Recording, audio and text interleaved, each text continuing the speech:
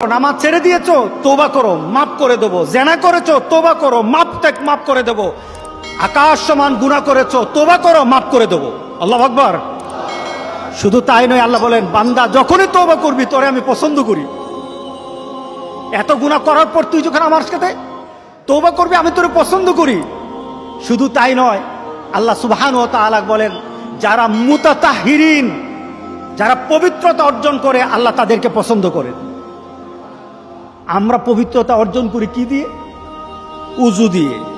বলেন কি দিয়ে? উযু দিয়ে।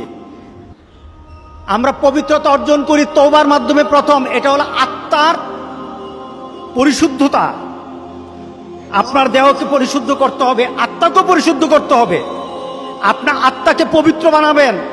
আত্মাকে পবিত্র বানাতে হলে তওবা লাগবে। এটা পানি দিয়ে হবে না, মাটি দিয়ে হবে না। আপনার আত্মাকে যদি পবিত্র করতে চান তাহলে তওবা লাগবে। কি লাগবে? তওবা।